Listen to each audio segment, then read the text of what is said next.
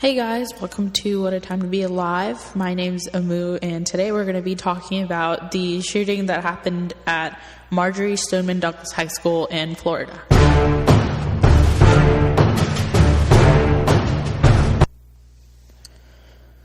So the shooting happened this month on the 14th at Marjory Stoneman Douglas High School in Parkland, Florida, and the shooter was named to be Nicholas Cruz, who was 19 years old, and he was actually a former student of the school.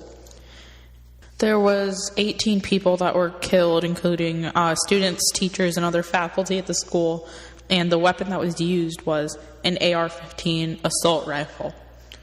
So I think the difference between this school shooting and ones that we've seen in the past, which is horrible that we've had so many, but the difference is that the students at the school who survived the shooting, as well as the teachers there and the parents of those who were affected, have been really pushing for stricter gun laws. And they've really kept it in the news. They've got a lot of media attention, and they're putting a lot of pressure on their political representatives, like their congressmen, and even the president has met with them.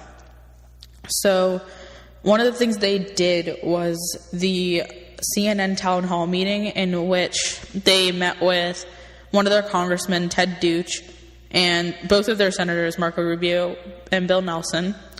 Dana Loesch was also present, and she is the national spokesperson for the NRA, or the National Rifle Association, which is a huge advocate for gun rights and the Second Amendment.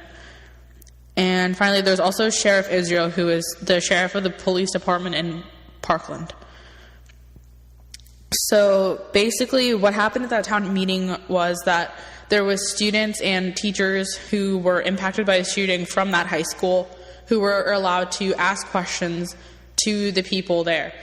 For example, there was a student, Emma Rodriguez, who has really become like the face of the shooting and who's really been a strong leader for everyone who's advocating for stronger gun rights since the event happened. And she asked questions to Dana Loesch, the NRA spokesperson, about if the shooter should have been able to get a gun.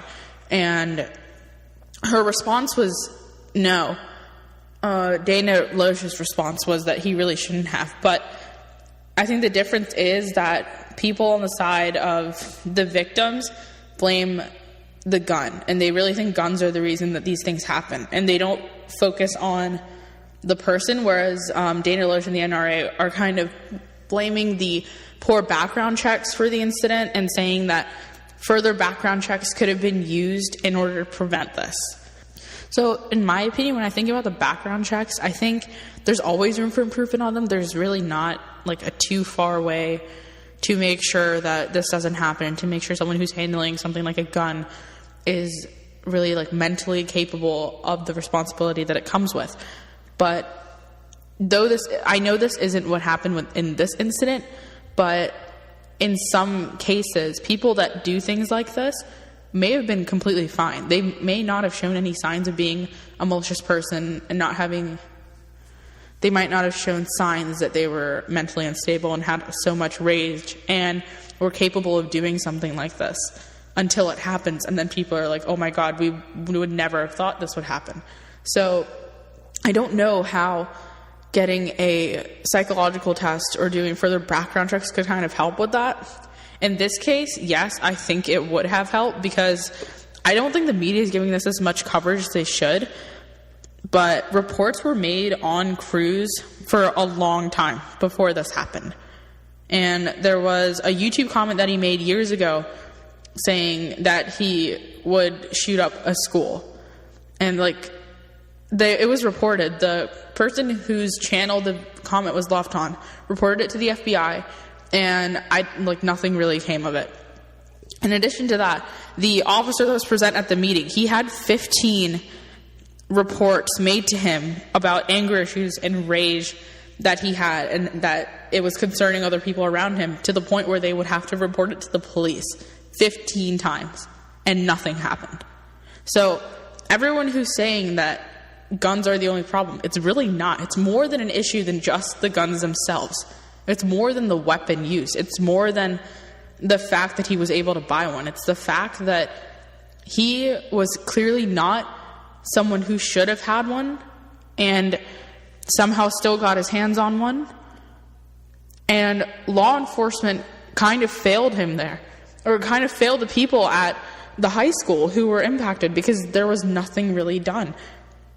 There's so many reports. 15 reports is not like a negligible number. I mean, I don't really understand why this wasn't looked into further. And someone who has 15 reports against them definitely shouldn't have been able to buy the gun in the first place, which is why there needs to be, I guess, more background checks, because maybe they could have found out that there was these 15 reports made. But I guess the reports weren't documented or something in that sense, or they weren't released to the NRA. In addition to this, there's also reported to the FBI, which is pretty high up. And I guess they did see it on their radar, maybe thought it was a joke or something.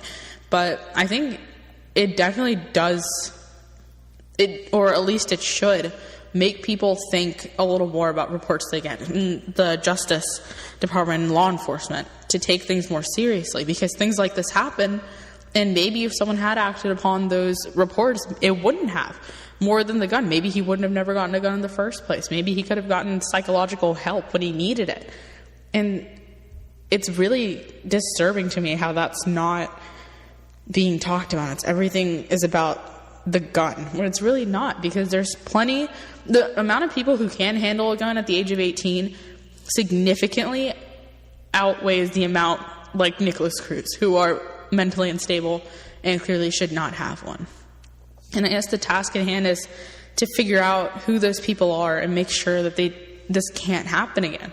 Instead of just focusing on the whole banning guns issues, I really think it would be more beneficial to kind of meet halfway and make some more like reasonable suggestions about policy. Which, as of now, Congress really like promises that they're going to make an effort, but when they meet on the 26th of February, there's really not plans for them to vote on any legislation as of now. So hopefully something's in the works. The students also met with the president, and they got to ask him questions, and it also was pretty heated. There were some parents there that were really upset and definitely had a lot to say, and had a lot of anger towards the president, which I guess is misplaced because it's really not his fault, and he is trying to meet them halfway. When Trump was running, he was fully supporting the Second Amendment, and I think he said, quote, "There's no one who loves the Second Amendment more than I do," end quote. And even then, he is willing to raise the age to buy a gun to 21 instead of 18, which really does anger a lot of Republicans, but I think it's a step in the right direction to kind of come to a consensus and ignore party lines for a second and focus on solving an issue that's like reoccurring in America. However, in addition to all of that, I really think there needs to be more focus on how cases like this are handled by law enforcement. Like, there needs to be some sort of change in how they handle reports and how the FBI handles tips and what is done about that. Maybe there does need to be more invasive investigations into it, because things like this do happen. I mean, if this doesn't cause them to change how they look at evidence and information that they get, I don't know what's going to. Because this definitely, I think, could have been prevented by law enforcement way before he could have even bought the gun and walked up into the school and killed 18 children and faculty at the school. And another thing is, when law enforcement arrived on the scene, they were waiting outside. They didn't go in. They were like taking cover. They were hiding like cowards outside while people inside were getting shot, instead of trying to take Nikolas Cruz down. Instead of trying to help the situation or mitigate the situation, they just stayed outside, which is horrible. And I definitely think Parkland, the police department, definitely needs to step up. And the sheriff, when he was there, was definitely very aggressive towards Dana Loesch about her positions on gun violence. And the crowd really seemed to be behind what he said. But it really didn't make any sense. He's part of the problem. He was the one who had 15 reports. But that conveniently never was mentioned, I don't think, in that entire portion. Because it's conspired that it was a scripted event by CNN. So maybe that's why. But still, I think there's definitely more to it than just the gun. It was a failure on multiple different people's parts, and I don't think that's getting enough attention as it needs to. So now I just kind of want to go over the proposed changes to the law that have been made in response to this incident. So one of them that I already mentioned is raising the age to 21. And I think the reason that they're doing that is that it still keeps the Second Amendment pretty much intact, but it just gives it a little more cushion because it allows for the fact that legally bought weapons would be in the hands of someone who is mature enough to handle it.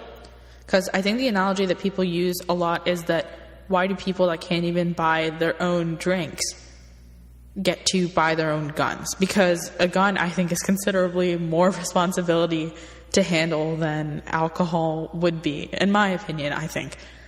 But that's definitely something proposed and something that's supported by the president as well. So it definitely could happen. The Florida governor supports that notion too, but I think it has a lot of Republican opposition because people think that it infringes on their Second Amendment rights a lot. So that's just one of the things. Another thing that's really extreme, but Democrats just want to ban guns, or they want it to be very, very difficult to get guns as a normal citizen, and would rather that it's just public officials and defense workers and stuff that have them. But that, I think, is a little extreme. And the problem with outlawing guns is that you can outlaw them, but it's not very hard to get. Like drugs, they're outlawed, but there's illegal means in which to get them. And that's pretty much what would happen with guns. If someone did want a gun, they would find a way to get it. And a lot of people use guns as a means of self-defense. So for those people, I think they would feel kind of threatened for their safety in a sense. And a lot of people really value guns as a way of security for their own home and for their children and their family. So banning guns altogether, I think they would feel like their rights are being infringed upon and that it's endangering their security more than helping it. But there's actually studies which kind of prove this idea. They found that cities in which concealed carry is allowed had less crime rates. And more than that, they saw that there's actually a negative correlation in that, meaning that people are actually deterred or less likely to even commit a crime when a city permits concealed carry versus when there wasn't. So it's not entirely accurate. And this was done on U.S. cities, by the way. It's cities here that were kind of tested and taken data from, and they found this correlation between a lot of them. So guns really, you can't just ban them outright. They're not entirely the problem, as we saw. It has a lot to do with a lot more things, such as, failed background checks, other institutions being negligent of situations. And another proposed thing that Trump proposed was having teachers carry guns. And that obviously wasn't what people wanted to hear at the time because it just seems like a step backwards.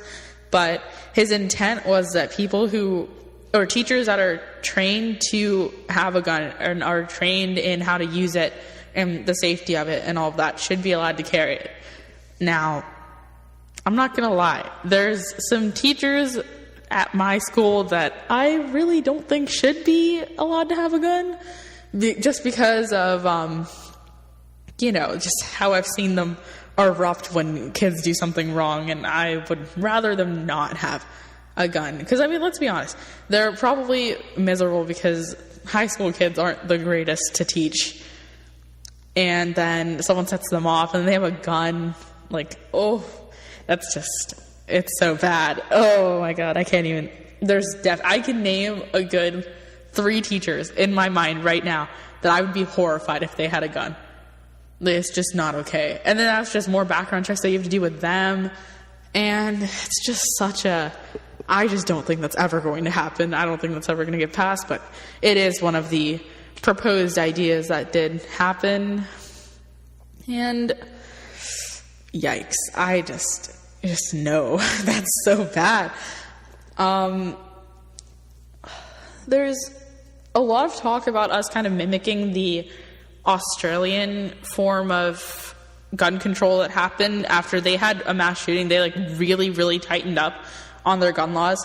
And I can see that it seems like we're heading down to their path, but it's really not. The proposed raising the age limit, I don't think it's anywhere close to what Australia has right now. But it is, I think Democrats should really try to meet Republicans halfway, because proposing to raise the age limit is huge for people that are so fond and so protective of their Second Amendment rights. It's huge that they even propose that. And I think it's a good step in the right direction. So maybe at least get that passed, and then we can focus on other, limitations and other background check kind of things. But it's something in the right direction. It's a policy decision that is in the favor of the Democrats. It's a change. No, it's not banning guns, but it is something. And I think people need to think about it that way. And of course, take into account what the shooting survivors say. I mean, they've got a lot of PTSD from that. They have a lot of experiences that they could share, and maybe it could sway policy making decisions, but it's not going to ban guns. And I think calling for that is just not the right thing to do at this moment. It just makes you sound ridiculous and uninformed about what guns do. And of course, there's more about how guns really aren't the problem, and how getting rid of guns won't really fix the issue of people misusing them, which I think I'm going to save for the next episode, which I do. So I guess I'll just cue you in about what that is. Basically, when I started making this podcast, I had the idea of having a guest or two on the show at some point. And my idea for this kind of came from what I've seen with Ben Shapiro, when he argues with liberals and just completely destroys them. He looks so cool. But I wanted to be a little more civil than that in a way, and definitely have someone that has differing views than I do, and to talk about gun rights and some other social and economic policy differences that Democrats and liberals usually have. And I think that would be kind of fun to do, and I think it's a conversation to be had. And since the whole country's talking about it, I feel like I might as well start one with someone I know around here. So I believe that's what I'm going to do for my next episode, because I think the way that this issue has been kept up in the news so far, it's great. And I don't see it going away anytime soon. So I think it's definitely important to keep that conversation going as well. And though this is a small way of doing it, I think anything really helps. So that's what I think I'm going to be doing. And I personally will be taking the stance that gun control there's something that needs to be done, but I don't think the guns themselves are the problem. And I don't think people owning guns are the problem. I live in a household where we do have one, and I think it really has helped the security part, even though we don't live in a bad neighborhood. Knowing that there is someone in the house who knows how to use it and will likely be home when something happens, I think is a good thing, and I think it's important to have. And it does make me feel safe, if I do say so myself. I think it does help that it's a level of it's a level of added security that you can give. But of course, when things like this happen, you have to reconsider how much that's worth. So I think it'll be interesting. I really do want to hear from someone that I know what they think about it and what their view is, because I really think that there's going to be something that I just never even thought about. And I love it when that happens. I love that light bulb moment when something that I just haven't known about and something totally different out of whatever my point of view could be is brought to me. So I'm really excited for that. I think it's going to be a good episode. It's a pretty good chance it's going to be it might get heated at some point, but I think it'll be good. And I think it's good for an audience to see both sides of the story as well, and to kind of form your own opinions about it. So yeah, I think that's it for this episode. I will see you guys in around 2 weeks for the episode with a guest. So bye.